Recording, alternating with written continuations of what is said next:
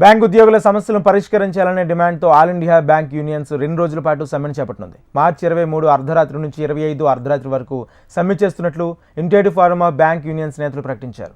9 జాతీయ banks unions ఆధ్వర్యంలో సమ్మె చేపడుతున్నట్లు తెలిపారు. తాత్కాలిక ఉద్యోగులను పర్మనెంట్ చేయాలని, లేని పక్షంలో భవిష్యత్తులో మరిన్ని ఆందోళన కార్యక్రమాలు చేస్తామని యూనియన్స్ నేతలు హెచ్చరించారు.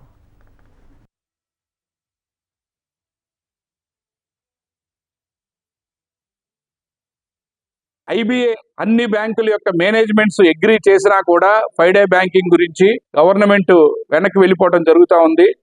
గవర్నమెంట్ ఇంకా ఫైల్ ని క్లియర్ చేయలేదు. So last 9th joint note లో అలాగే 12th బైపార్టైట్ సెటిల్మెంట్ లో జరిగినటువంటి అగ్రిమెంట్ కి వ్యతిరేకంగా గవర్నమెంట్ బిహేవ్ చేస్తా ఉంది. కాబట్టి దానికి వ్యతిరేకంగా ఈ రోజు మేము స్ట్రైక్ ని కాల్ చేశాము. మా ప్రధానమైన డిమాండ్ ఏంటంటే 5 day work week in banking industry. మీ అందరికీ తెలుసు, ఎల్ఐసిలో 5 రోజుల పని దినాలు ఉన్నాయి, అలాగే ఆర్బీఐలో ఉన్నాయి, ఆల్ ఐటీ సెక్టర్ అన్నిట్లో ఉన్నాయి, బోల్డ్ ప్రైవేట్ సెక్టర్ కంపెనీస్ లో కూడా 5 డే బ్యాంకింగ్ ఉంది. ఈవెన్ యూరోపియన్ కంట్రీస్ లో ఉన్నటువంటి కొన్ని కంట్రీస్ 4 డే వర్కింగ్ కోసం కూడా వాళ్ళు ప్రయత్నాలు చేస్తున్నారు. అలాంటి సిచ్యువేషన్ లో ఉన్నటువంటి రోజుల్లో మా ప్రధానమైన డిమాండ్ అయిన 5 డే బ్యాంకింగ్ డిమాండ్ ఈ రోజు గవర్నమెంట్ తిరస్కరిస్తా ఉంది. అందుకే దానికి వ్యతిరేకంగా మేము ఈ రోజు స్ట్రైక్ వెళ్ళదలుచుకున్నాము. 23 నుంచి 24, 25 2 రోజులు బ్యాంకు పని దినాలు స్ట్రైక్ లో ఉంటాయి బ్యాంకులు. సో మేము కోరుకునేది ఏంటంటే కస్టమర్స్ కి please bear with the inconvenience caused for this strike, because this strike is not for our salaries and allowances. ఈ స్ట్రైక్ అనేది మా సాలరీస్ కోసము ఎలవెన్సెస్ కోసం మేము చేయటం లేదు. బ్యాంకులని గవర్నమెంట్ బ్యాంకులుగా నిలపాలనే ఉద్దేశంతో ప్రైవేటైజేషన్ కి వ్యతిరేకంగా మేము ఈ స్ట్రైకులు చేస్తున్నాము.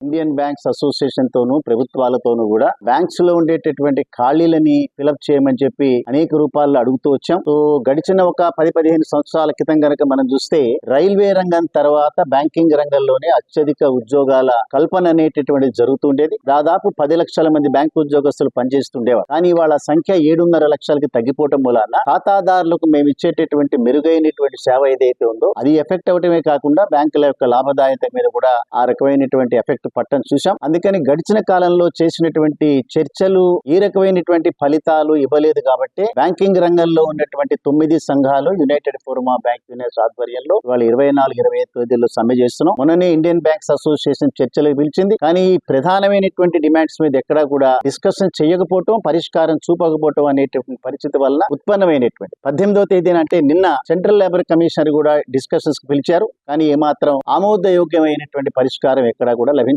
మరొకసారి ప్రయత్నం చేస్తున్నాం. 21వ తేదీన మళ్ళీ సెంట్రల్ లేబర్ కమిషనర్ ఆధ్వర్యంలో department of financial services, Indian banks association అధికారులతో మరొకసారి చర్చిస్తాం. ప్రధానమైనటువంటి డిమాండ్స్ ఏదైతే ఒక 12 డిమాండ్స్ ఫ్రేమ్ చేస్తున్నామో, రిక్రూట్మెంట్స్ కానీ, 5 రోజుల పనిదినం కానీ, లేదా ఒప్పందాలలో ప్రభుత్వాలు చొచ్చుకొని దాన్ని వైలేట్ చేసేటటువంటి ప్రాసెస్, అదే రకంగా అనేక బ్యాంకుల్లో ఎంప్లాయీస్ మీద ఖాతాదారుల యొక్క దాడి కూడా జరగటం అనేటటువంటిది, అబ్యూజెస్ జరగటం అనేది ఇవన్నీ చూసాం.